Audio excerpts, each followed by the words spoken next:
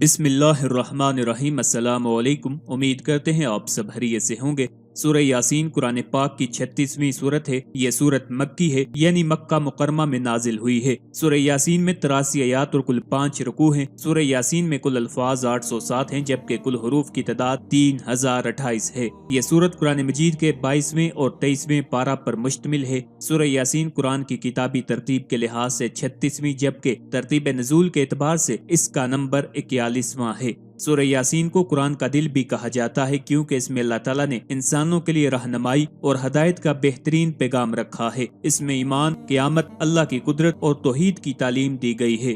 اس کا نام یاسین اس کے ابتدائی کلمات سے لیا گیا ہے۔ یاسین عربی زبان میں حروف مقطعات میں سے ہے، اور بعض مفسرین کے نزدیک یہ اللہ کے رسول صلی اللہ علیہ وآلہ وسلم کا خطاب ہے۔ اس سورت کو سورہ یاسین کہنے کی وجہ اس کا جامع اور بامقصد پیغام ہے، جو ایمان والوں کے لیے ہدایت اور کامیابی کا راستہ ہے۔ رسول اللہ صلی اللہ علیہ وآلہ وسلم نے ارشاد فرمایا، ہر چیز کا دل ہوتا ہے، اور قرآن پاک کا دل سورہ یاسین ہے۔ اس کی وجہ امام غزالی رحمت اللہ علیہ یہ بیان فرماتے ہیں کہ اصل مقصود آخرت ہے، قبر ہے، حشر ہے، اللہ کی رضا ہے، اور اس صورت مبارکہ میں قیامت اور آخرت کے مضامین کو بڑی اہمیت سے بیان کیا گیا ہے۔ اور جب انسان کے دل میں آخرت بیٹھ جاتی ہے تو نیک اعمال کرنا اور گناہ چھوڑنا آسان ہو جاتا ہے۔ خوف آخرت گویا دل کی حیثیت رکھتا ہے۔ جس طرح جسم میں دل ہے، وہ ٹھیک ہو تو بندہ ٹھیک ہے، وہ خراب ہو تو پورا جسم خراب ہوتا ہے، اسی طرح خوف آخرت شریعت میں دل کی حیثیت رکھتا ہے، کیونکہ اس صورت میں معاد اور قیامت کو بڑی اہمیت کے ساتھ بیان کیا ہے، اس لیے اس صورت کو قرآن کریم کا دل کہا جاتا ہے۔ سورہ یاسین کا ایک نام سورت عظیمہ بھی ہے کہ یہ بہت عظمت والی ہے۔ اس کا ایک نام مدافعہ بھی ہے کہ جو اس کو پڑھتا ہے اسے عذاب کو روک دیتی ہے۔ اس کا ایک نام معمہ بھی ہے۔ معمہ کا معنی کہ انسان کے دنیا اور آخرت کے احوال کو سنبھالتی ہے اور آسان کرتی ہے۔ اس کا ایک نام قاضیہ بھی ہے کہ بندے کی حاجات اور ضروریات پوری کرتی ہے۔ حدیث میں ہے کہ سورہ یاسین کو اپنے مردوں پر پڑھا کرو، جب موت کا وقت قریب ہو تو سورہ یاسین پڑھنے سے انسان کی روح آسانی سے نکل جاتی ہے۔ یہاں ایک مسئلہ یاد رکھنے کا ہے کہ کسی شخص کا نام یاسین رکھنا جائز ہے یا نہیں۔ بعض حضرات کہتے ہیں کہ یاسین اللہ کے ناموں میں سے ایک نام ہے، اس لیے یہ نام نہیں رکھنا چاہیے، کیونکہ یہ معلوم نہیں کہ یہ نام اللہ کے ساتھ خاص ہے یا نہیں، رازق، خالق، رحمان وغیرہ۔ اور بعض حضرات کہتے ہیں کہ یاسین نام رکھ سکتے ہیں، اور صحیح بات بھی یہی ہے کہ یاسین نام رکھنا جائز ہے، لیکن جب یاسین کسی آدمی کا نام رکھیں تو یوں نہ لکھیں جس طرح قرآن میں لکھا ہے یاسین، بلکہ اس طرح لکھیں یا الف سین یا نون، یعنی یاسین۔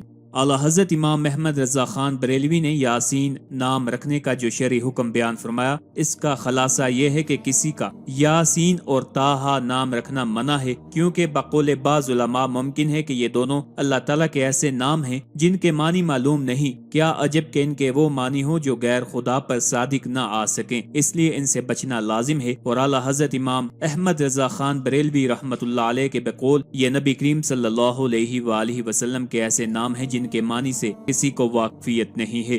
سورہ یاسین مکہ مکرمہ میں نازل ہوئی، جہاں رسول اللہ صلی اللہ علیہ وآلہ وسلم کو مشرکین اور کفار کی طرف سے سخت مخالفت کا سامنا تھا۔ اس صورت میں ان لوگوں کو اللہ کی نشانیوں پر غور و فکر کی دعوت دی گئی ہے اور قیامت کے دن کی یاد دہانی کرائی گئی ہے۔ یہ صورت لوگوں کو اللہ کی وحدانیت پر ایمان لانے، رسول اللہ صلی اللہ علیہ وآلہ وسلم کی نبوت کو قبول کرنے اور آخرت پر یقین رکھنے کے لیے نازل ہوئی۔ مکہ کے مشرکین اور کفار رسول اللہ صلی اللہ علیہ وآلہ وسلم کی تعلیمات کا مذاق اڑاتے اور قیامت کا انکار کرتے تھے، تو اللہ تعالیٰ نے انہیں اس صورت کے ذریعے نصیحت کی کہ وہ اللہ کی قدرت اور اس کے وعدوں کو سنجیدگی سے سمجھیں۔ سورہ یاسین کو قرآن کا دل کہا گیا ہے، اور اس کی تلاوت سے اللہ کی رحمت اور برکتیں نازل ہوتی ہیں۔ احادیث میں آیا ہے کہ سورہ یاسین کی تلاوت سے حاجات پوری ہوتی ہیں اور مشکلات میں آسانی ہوتی ہے۔ جو آدمی اللہ کے لیے سورہ یاسین کی تلاوت کرتا ہے اس کے گناہوں کی مغفرت ہوتی ہے۔ روایات میں آیا ہے کہ اگر کسی آدمی کے آخری وقت میں سورہ یاسین کی تلاوت کی جائے تو اس کے لیے موت کی تکلیف میں آسانی پیدا ہوتی ہے۔ اس صورت میں قیامت، جنت، جہنم اور جزا و سزا کے ذکر سے انسان کو آخرت کی یاد دہانی ہوتی ہے۔ احادیث میں سورہ یاسین کے بہت فضائل بیان کیے گئے ہیں، ان میں سے 4 فضائل درج ذیل ہیں۔ حضرت انس بن مالک رضی اللہ تعالیٰ عنہ سے روایت ہے، سرکار دو عالم صلی اللہ علیہ وآلہ وسلم نے ارشاد فرمایا، ہر چیز کے لیے قلب ہے اور قرآن کا قلب سورہ یاسین ہے، اور جس نے سورہ یاسین پڑھی تو اللہ تعالیٰ اس کے لیے 10 بار قرآن پڑھنے کا ثواب لکھتا ہے۔ حضرت موقل بن یسار رضی اللہ تعالیٰ عنہ سے روایت ہے، رسول اللہ صلی اللہ علیہ وآلہ وسلم نے ارشاد فرمایا، جو اللہ تعالیٰ کی رضا کے لیے سورہ یاسین پڑھے گا تو اس کے گزشتہ گناہ بخش دیے جائیں گے، لہٰذا اسے مرنے والے کے پاس پڑھا کرو۔ حضرت عطاب ابی رباح رضی اللہ تعالیٰ عنہ فرماتے ہیں، مجھے خبر ملی ہے کہ حضور صلی اللہ علیہ وآلہ وسلم نے ارشاد فرمایا، جو دن کے شروع میں سورہ یاسین پڑھ لے تو اس کی تمام ضروریات پوری ہوں گی۔ حضرت انس بن مالک رضی اللہ تعالیٰ عنہ سے روایت ہے کہ حضور اقدس صلی اللہ علیہ وآلہ وسلم نے ارشاد فرمایا، جو شخص ہر رات سورہ یاسین پڑھنے پر ہمیشگی اختیار کرے گا، پھر وہ مر جائے تو شہادت کی موت مرے گا۔ سورہ یاسین کی تلاوت سے اللہ تعالیٰ کی مدد اور نصرت حاصل ہوتی ہے اور مشکلات آسان ہوتی ہیں۔ صبح یا شام کو سورہ یاسین پڑھنا حاجات پوری ہونے کے لیے مؤثر عمل ہے۔ بیماری میں مبتلا آدمی کے لیے سورہ یاسین کی تلاوت فائدہ مند ہے، اس سے روحانی سکون اور شفا حاصل ہوتی ہے۔ سورہ یاسین کی تلاوت سے رزق میں برکت ہوتی ہے اور مالی مشکلات سے نجات ملتی ہے۔ سورہ یاسین انسان کو آخرت کی حقیقت اور قیامت کی یاد دلاتی ہے، جس سے انسان کی روحانی تربیت ہوتی ہے اور وہ آخرت کے لیے تیاری کرتا ہے۔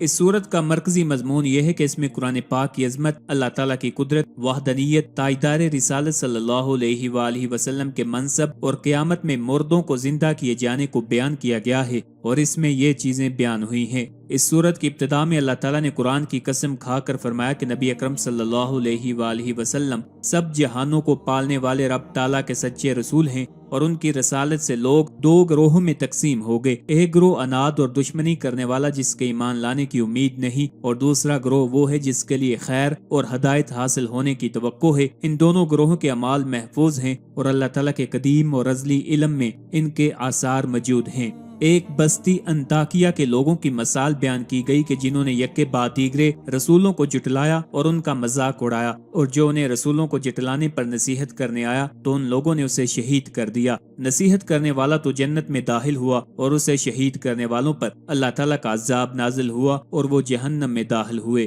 کفار مکہ کو سابقہ امتوں کی ہلاکت کے بارے میں بتا کر اس بات سے ڈرایا گیا کہ اگر انہوں نے بھی سابقہ کفار جیسی روش کو نہ چھوڑا تو ان پر بھی عذاب نازل ہو سکتا ہے۔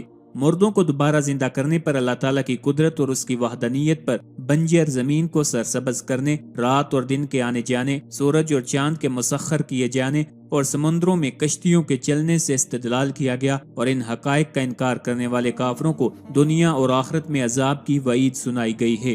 اللہ تعالیٰ نے اپنے حبیب صلی اللہ علیہ وآلہ وسلم کے شاعر ہونے کی نفی کی اور یہ بتایا کہ وہ تو قرآن کے ذریعے اللہ تعالیٰ کے عذاب سے ڈرانے والے ہیں اور اس بات کی خبر دینے والے ہیں کہ لوگوں کو اللہ تعالیٰ کی نعمتوں پر شکر ادا کرنا چاہیے۔